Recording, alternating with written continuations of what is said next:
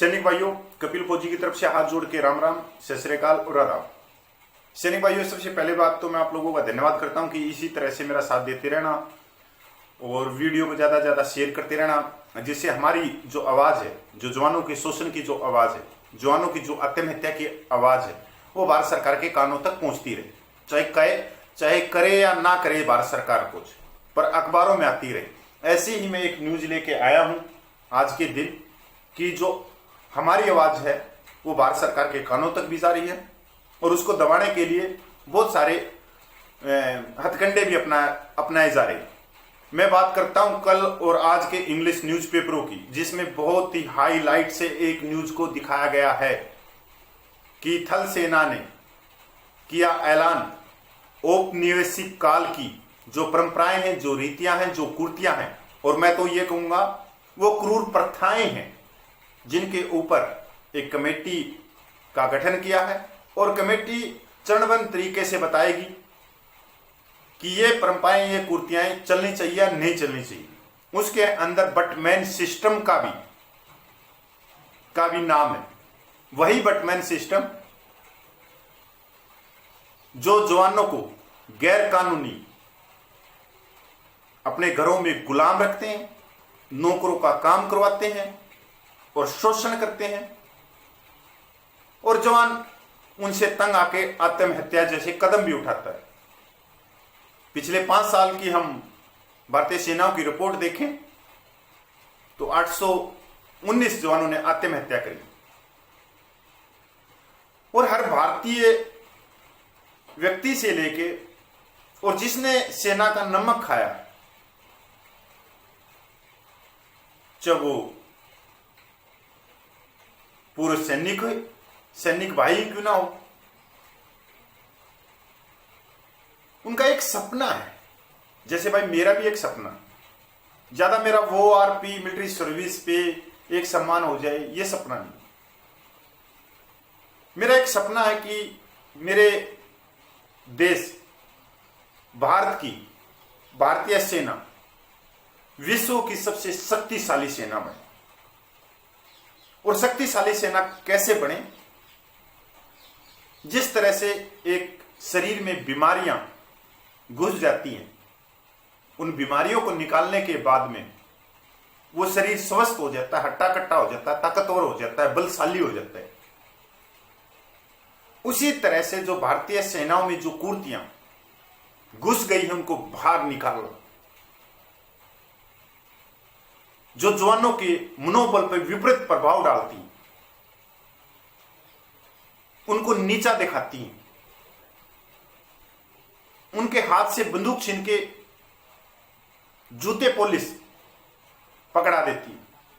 इन चीजों को बाहर निकालने के बाद में भारतीय सेना कमजोर नहीं होगी, शक्तिशाली होगी और विश्व की शक्तिशाली होगी। इसके अंदर जो न्यूज में आया है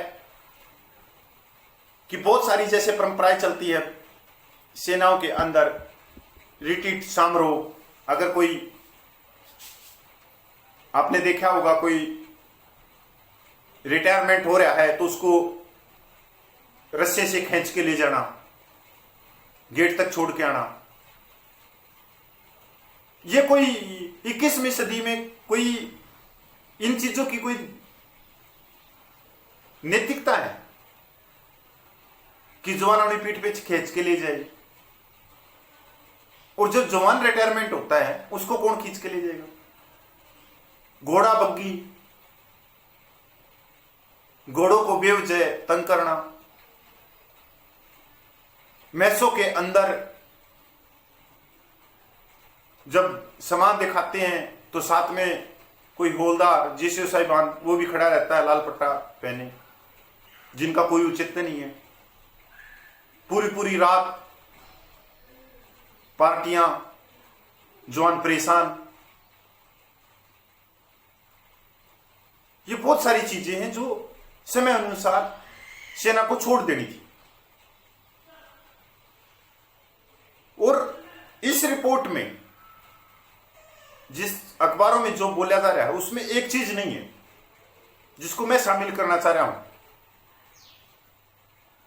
वो है British army rule, British military rule, British सेना अधिनियम, जिसके ऊपर कोई बात ही नहीं कर रहा। जब तक उन ब्रिटिश आर्मी रूल को बाहर नहीं किया जाएगा और उनकी जगह भारतीय सेना अधिनियम नहीं बनाया जाएगा, तब तक मेरे हिसाब से कुछ ज्यादा प्रयत्न तो नहीं होगा, कुछ भी नहीं होगा। दूसरी चीज है सहायक सिस्टम। एक किसान का, मजदूर का बच्चा एक दूसरे जवान के जूते पॉलिश क्यों करे, उसकी घर की साफ सफाई क्यों करे, उसके लिए खाना क्यों बनाए, उसके कुत्तों को क्यों घुमा के लेके आए, उसके बच्चों की पोटी क्यों उठाए, और ना उठाए तो कोर्ट मार्शल। गैर कानूनी संविधान को ताक पे रख के जबरदस्ती एक जवान को अपने घरों में गुलाम बना के रखना, क्या ये 21वीं सदी में ये इतनी बड़ी भारतीय सेना के लिए जायज है?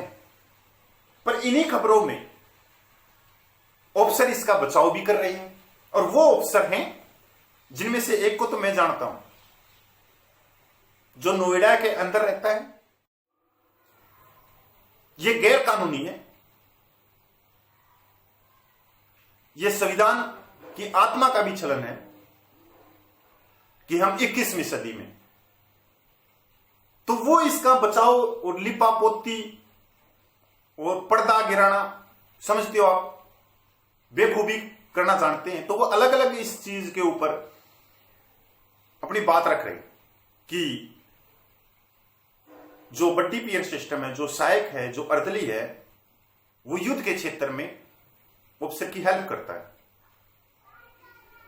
मैं मानता हूं हेल्प करता है, पर वो रेडियो तक करता है, उसको मैसेज पहुंचाने तक। एक बोल रहा है कि उसको ड्रेस तैयार करके देता है, उसके जूते पॉलिश कर देता है, वो युद्ध क्षेत्र में जल्दी पहुंच जाता है। तो मेरा उस जनरल साहब से सवाल है कि जनरल साहब जूते पॉलिश करने से अगर वो जल्दी पहुंच जाता, तो कच्छा पहनाने से तो वो और भी जल्दी पहुंच जाएगा। तो इसके बारे में आपका क्या ख्याल है? और जनरल साहब इसके बारे में क्या ख्याल है आपका कि युद्ध क्षेत्र में जवान को होना चाहिए, वो क्वार्टर के ऊपर क्या कर रहे हैं? और जनरल साहब इसके ऊपर क्या ख्याल है आपका कि भारत सरकार लोकसभा में और राज्यसभा में प्रश्नकाल में कह रही है कि पिछले 5 सालों में 819 जवानों ने आत्महत्या करी। इसके ऊपर आपका क्या ख्याल है? एक जनरल साहब बोल रहे हैं कि ये प्राइवेट भर्ती किए जाए, मैं इसका भी विरोध करता हूं। जो देश का मजदूर, किसान, नौकरी पेशा वाला वर्ग है, जो मेहनत कर रहा है, खून पसीने से कमाई कर रहा है, वो जो टैक्स दे रहा है, वो देश के भविष्य के लिए दे रहा है कि हमारा देश आगे बढ़े, हमारी भारतीय सेना आगे बढ़े, हमारी भारतीय सेना के लिए अच्छे अच्छे आधुनिकरण हथियार आए, न कि वो वेलफेयर के लिए दे रही कि जूते पॉलिश के लिए अलग से भर्ती की जाए। जहां सरकार हवाला दे रही है कि अग्निपथ स्कीम इसलिए लेके आए कि रक्षा बजट पे, पेंशन भत्तों पे ज्यादा खर्च हो रहा था। तो ऐसी स्कीम नहीं आनी चाहिए, क्योंकि सेना की जो नौकरी है वो जंगलों की है, पहाड़ियों की है, ग्लेशियर की है, रेगिस्तान की है, वो इंडिविजुअल की है, अकेले की है। अपना हथियार और अपना दुश्मन, कि कौन हमारी भारतीय माता, हमारी भारतीय जमीन पे कौन ऐसा दुश्मन है जो पैर टेक देगा, जबकि हम खड़े, हम जवान हैं। जनरल साहब, मेरा एक सवाल और भी है, अगर एक जवान जो जूते पॉलिश कर रहा है, क्या कहीं उसका मनोबल नहीं गिर रहा? क्या उसके अंदर हीन भावना नहीं आ रही? क्या वो अपने आप को एक जवान से नीचे नहीं समझता? क्या 21वीं सदी में किसी भी तरह से जायज है? और जायज है तो फिर वो आप लोगों के लिए है, क्योंकि आप लोगों ने किया ही ऐसा है।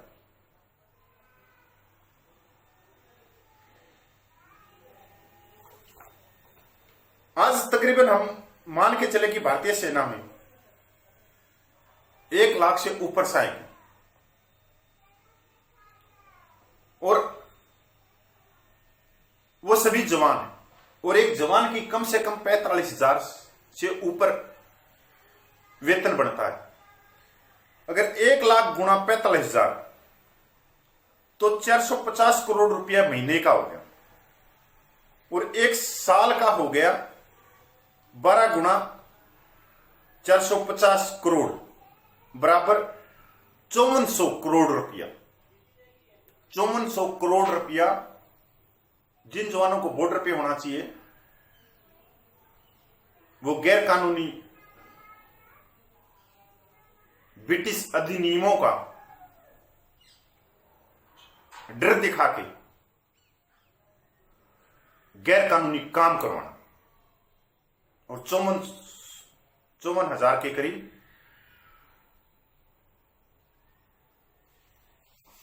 सैनिक भाइयों, जो जब हमारी आवाज जब जाती है भारत सरकार तक, ऐसा नहीं अभी अभी गई है। स्वर्गीय विपिन रावत जी ने भी इसके ऊपर बोला था कि सहायक प्रथा को खत्म करेंगे 2018 में। उसके ऊपर बहुत हल्ला गुल्ला आया था, और एक लॉबी है जो बहुत जबरदस्त है, वो खड़ी होगी उनके खिलाफ में। और दूसरी चीज बोली थी स्वर्गीय विपिन रावत जी ने कि जो डिसेबिलिटी पेंशन है जवानों की, उसमें बहुत सारा भेदभाव है, उनको बहुत कम मिलती है, इसको देखने की जरूरत है। और उन्होंने रिपोर्ट भी बनाई थी इन दोनों चीजों पर। तो डिसेबिलिटी पेंशन के ऊपर भी एक लॉबी खड़ी होगी। और एक जवान थे हमारे हौलदार, जो जानते हैं भाई, आज वो स्वर्ग में और हम नरक में, राजन मेहरा, जिनके 2 पैर नहीं थे और करगिल के विजेता थे आगरा से। वैसे वो उत्तराखंड के रहने वाले थे, आगरा में उन्होंने मकान बनाया था। उन्होंने एक पुन्ना के अंदर बैटल कैजुअलिटी सम्मेलन था, और उस समय जनरल विपिन रावत जी वहां पे आए थे पुन्ना, और उन्होंने उसी समय बोल दिया था कि माने जनरल साहब, मेरे पास में 2 पैर भी नहीं है, तब भी मेरे को जो पेंशन डिसेबिलिटी मिलती है वो 18,000 रुपये मिलती है, और वहीं पर एक व्यक्ति को 2,54,000 रुपये मिलती है। मैं धन्यवाद करता हूं भाई स्वर्गीय विपिन रावत जी का, जिन्होंने उसी समय इस चीज को बोला था। वो आज भाई प्रभु के चरणों में है। सैनिक भाइयों, आज जो भारतीय सेना कह रही है कि हमने इसके ऊपर एक कमेटी बनाई है, मेरी जहां तक सोच है, ऐसी कमेटियां बनाती हैं जब आवाज ज्यादा निकलती है, जब आवाज ज्यादा सरकार के पास में जा रही। और हमने 12 सालों में बहुत सारे आंदोलन भी करे सरकार को जगाने के लिए कि हमारी भारतीय सेना विश्व की शक्तिशाली सेना होनी चाहिए, और उसके अंदर जो कुर्तियां हैं, जो प्रथाएं चल रही हैं, वो बंद होनी चाहिए, वो उनको उठा के बाहर कचरे के डिब्बे में फेंकना चाहिए। तो इस दौरान बहुत सारे लेटर निकले, कमेटियां भी बनी। वो कमेटियां इसलिए भी बनती है कि सरकार जब लेटर जारी करती है रक्षा मंत्रालय को, तो सरकार के पास में उस लेटर का जवाब जाता है कि देखो, हमने पिछले 3 महीने में ही एक कमेटी का गठन किया था, और वो कमेटी चल रही है। इनकी रिपोर्टें तो आपने मालूम है, जिसके ऊपर काम नहीं करना हो, ये सरकार का भी नियम है 75 सालों में, जिस चीज के ऊपर काम नहीं करना हो उसके ऊपर कमेटी बना दो, काम होगा ही। जबकि इस पे कमेटी की कोई जरूरत ही नहीं है। सहायक प्रथा के ऊपर और सेनाओं में चल रहा ब्रिटिश अधिनियम, ये दोनों तो आज ही बाहर निकालनी चाहिए तुरंत प्रभाव से। और सैनिक भाइयों, यह ताकत आप लोगों की है कि आप लोगों ने मेरे जैसे सैनिक भाई का साथ दिया इस सोशल मीडिया पर, जो हमने यह आवाज ऊपर पहुंचाई। नहीं तो यहां तो पूरे दिन लाखों वीडियो में बनते हैं ओआरपी के। सीएसडी के अंदर साबुन की बटियां बढ़ गई हैं, तेल की शीशी के साथ में एक मल्लम भी मिलने लग गई है। ECHH में विटामिन की गोलियों की जगह ये फलानी गोली आ गई या गोलियां नहीं मिल गई। पर जो हम अपनी भारतीय सेना को ताकतवर बनाने के लिए जो आवाज उठा रहा हूं, वो मेरे हिसाब से तो कोई और चैनल आप लोगों को दिखता होगा कि कोई और नहीं उठा रहा होगा। ये आप लोगों की ताकत है जो आप लोग समर्थन करते हो और एक दूसरे के पास में भेजते हो, ये सरकार तक भी जाती है। जय हिंद, वंदे मातरम, जय भारतीय सेना। और मैं भारत सरकार से यही दरख्वास्त करता हूं कि वो पटमेन सिस्टम और जो सेनाओं में चल रहे, तीनों सेनाओं में ही है बेटी सेना अधिनियम, इनको तुरंत प्रभाव से बंद करें और इनकी जगह भारतीय सेना अधिनियम लेके आए। जय हिंद, वंदे मातरम।